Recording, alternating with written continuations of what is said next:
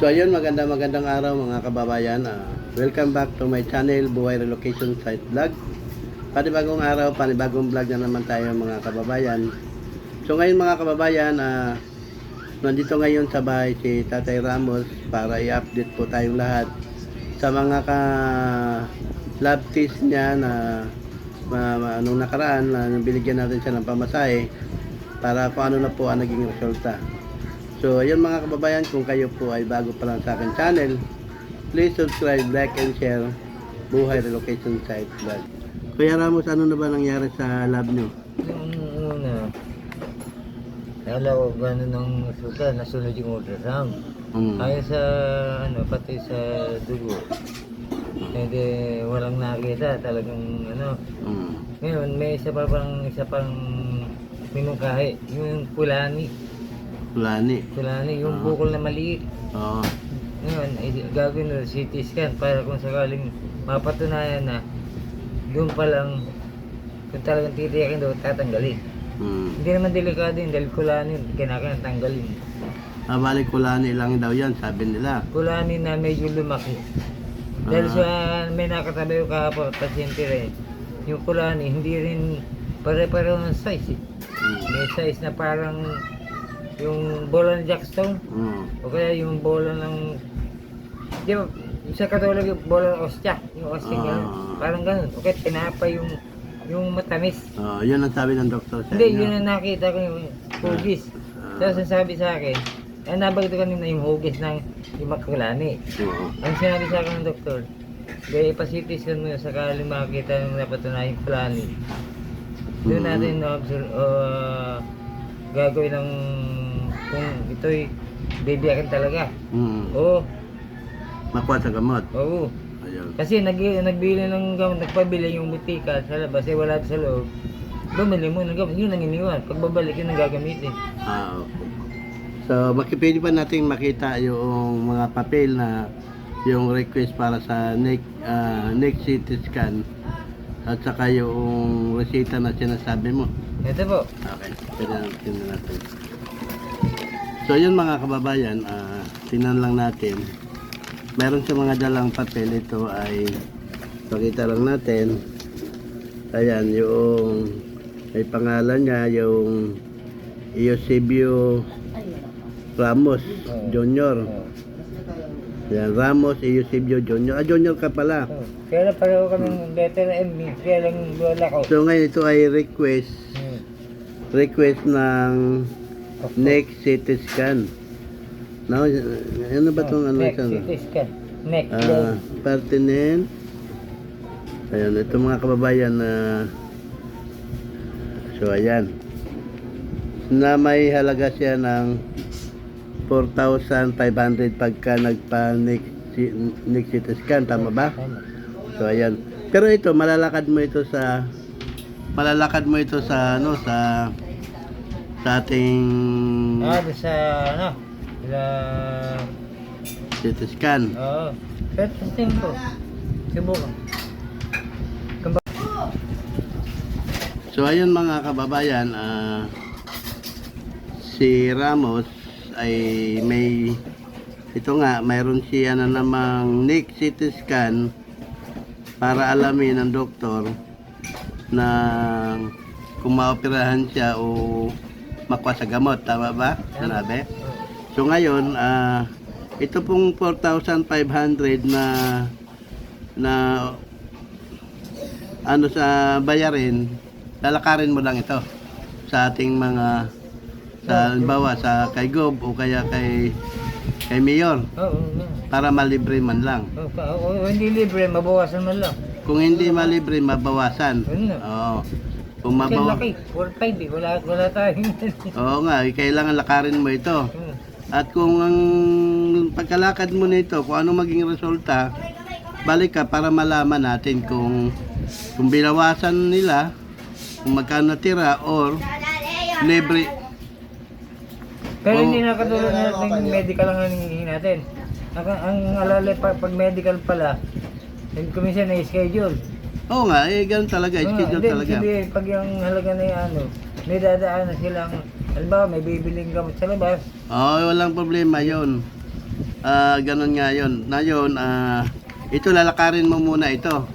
So ito mga kababayan, lalakarin muna ito ni Ramos, ni Kuya Eusebio, yung kanyang neck CT scan. Ito po ay galing sa Bulacan Medical Center. So ayan, kailan mo ito lakarin? Sa Lunes. Wala pa Okay, bukas. sa Lunes. Oh. So ngayon, mayroon siyang ano, Ito. hindi, tinan ko itong isa. Ay, ano mo nga, diretso mo nga. Itong isang lab, ito mga kababayan, meron. Naayos na yan. Itong isang lab, mayroon siyang isang lab naman na ito. Ang nakalagay diyan, may check dito ay yung Ano ba ako? creatinine. Oh, talaga 150 da? Tama ba? Pero 150 lang ito. Naayos na yan. Nalakad na niya ito, na-approve na ito. Kumbaga, i-check ano ka na lang nito. Okay na yan. Kaya lang naman, 150 lang naman. So, mayroon siyang ano. Yan pa yung ano. Yung So, mayroon siyang resita. nabili yan lang yung nabili ko. Mayroon siyang resita na ito po, mga resita niya galing sa Bulacan, ano to? Yung sa butika, sa Bulacan. Sa butika. Oo, sa labas. Sariling atin. Nakabili ka na. Oo, Saan yung resita mo? Ito. Oo, yan yun. Ito yung resita mo. Ito yung galing resita. Ang resita niya. Saan ang original nito? Nandun ka, iniwan ko doon sa ano, ang inutos sa akin, bumili. Oo. Ang inutos sa iwan, kaya... Sinirox mo lang kasi kinukuha nila yung ano, resita pala, ano? Oo, yung original. So, nabili mo na to lahat. Oo. Nabili mo to lahat, patingin nga. Ilang tigilang Ito lang piraso? yung pera ko kasi, yan lang. Hindi mo nabili lahat. Hindi. Tigilang piraso bang nakalagay dito? Number? Hindi yata tama. Ewan ko, sulat naman to kasi ng doktor. Hirap Hindi ko intindihin. naman intindihan, sulat ng konduktor. Basta pinapakita ko lang. Oo. So, mayroon siyang resita mga kababayan. Ngayon, ang nabili mo ay tig-isang piraso lang. Yun lang. Pero dapat iinom ka pa ulit.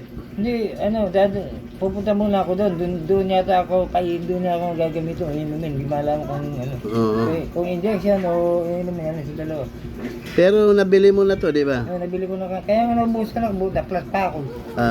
Naubusan, nabili na niya mga kababayan.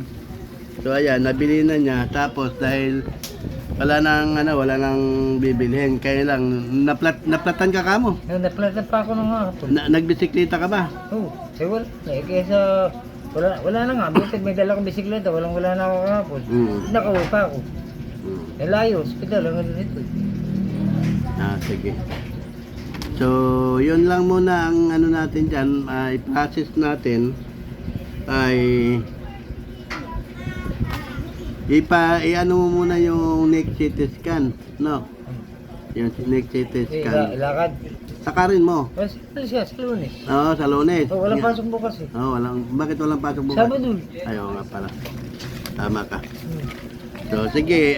So, ayun mga kababayan, ang naging resulta na yung ibinigay natin kay Kuya Ramos na pamasahe, na bigyan natin siya ng pamasahe doon sa ano niya, yung binigay nyo. So, yun ang naging resulta lahat ng kanyang mga lab test. So, yun nga, mayroon pa namang binigay ulit sa kanila na next CT scan, yun na lang siguro, no? Yan ang pangalaw. So, after noon, malalaman na kung maoperahan o makuha sa gamot. Yes. So, yun mga kababayan, mayroon na tayong resulta. So, ang mangyari na lang yan, kung magkano o mabawasan man yan o magkano matira, kung malibre lahat o pamasahe na naman intindihin natin. Sakto lang binibigay kasi yung binibigay, di ba tatlo, pamasahe. Yung dalawa, katulad nangyari dito, buti may natira pa. Yung gamot. Gamot na lang. Wala pala sa loob na.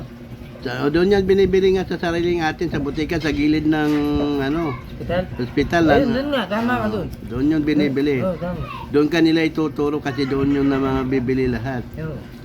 So ayun na mga kababayan, may resulta na po ang ating mga lab test kay Kuya Ramos. Ngayon may isa na namang panibagong lab test na naman para siguraduhin kung ano ba talaga ang nasa bukol niya. So, ang problema na naman natin ay pamasahin na naman or Saka pang gastos sa may lutos sa labas. oo, yung pambiling gamot kung sakaling may bibilhin. Okay. So, ayun mga kababayan, si Kuya Ramos nga, na ano na natin lahat, na kita na natin. So, ilang araw din niya, balik-balik sa ospital na para magbisikleta. So, ngayon mga kababayan, naplatan pa yung bisikleta niya. Di ba pinahanginan ko nga yun? Yung nga, binangin eh, may nagbiro doon sa katambay. May nakatambay pala, sabi ng pulis na, wag dito paparada. Yun. So ayan mga kababayan, maraming salamat po sa ibinigay niyong tulong kay Kuya Ramos sa pamasahe. Ngayon may natira pa pala doon, yung binili niya ng gamot sa resita. Siyempre, lubos po ako nagpapasalamat sa Pinoy Vlogger Charity Group at sa lahat ng tumulong at sumuporta na ating mga kababayan, mga OFW. So ayun, maraming salamat po. Ikaw Kuya Ramos, may masasabi pa ba kayo? Maraming po salamat din dahil sa inyo. Una po, salamat din sa Panginoon na mayroong grupo katulad nyo na makatutulong sa mga taong kapasparan na katulad ko. Kahit paano, na-discover yung kung anong tumubo sa leeg. Malalaman kung talagang yung mga unang blood test na nakalipas okay na, pero itong pangalawa, baka doon ma-discover. So, yun na lang, panguli, next CT scan ka man, ay lakarin mo muna yon. Kung anong magiging resulta doon, may pakita mo sa akin sa Lunes, lakarin mo sa mayor, sa congressman, sa gobernador. Ibigay kasi yung kopya ulit. Tapos kung nag-grant na naman yun, diba, i-grant. Walang babayaran, ang problema na lang natin yung pamasahe mo at saka yung pambiling gamot. Okay, so ayan. Ito siya pa kuya, kung ito sakto, kabawasan, o malalaman natin kung anong tulong. Sige. So ayan, maraming salamat po mga kababayan muli sa walang sawang pagtulong ninyo sa ating mga kababayan dito sa Pilipinas, lalo na higit po na kailangan ng tulong. Siyempre mga kababayan, kung kayo po ay bago sa aking channel, please subscribe, like, and share Buhay Relocation Site Vlog. At siyempre ang Pinoy Vlogger Charity Group, na sila po ay mayroong mga kanya-kanyang channel na ipa-plus ko po dito sa screen, at kayo na po bahala ang tumulong din sa kanila sa kanilang channel.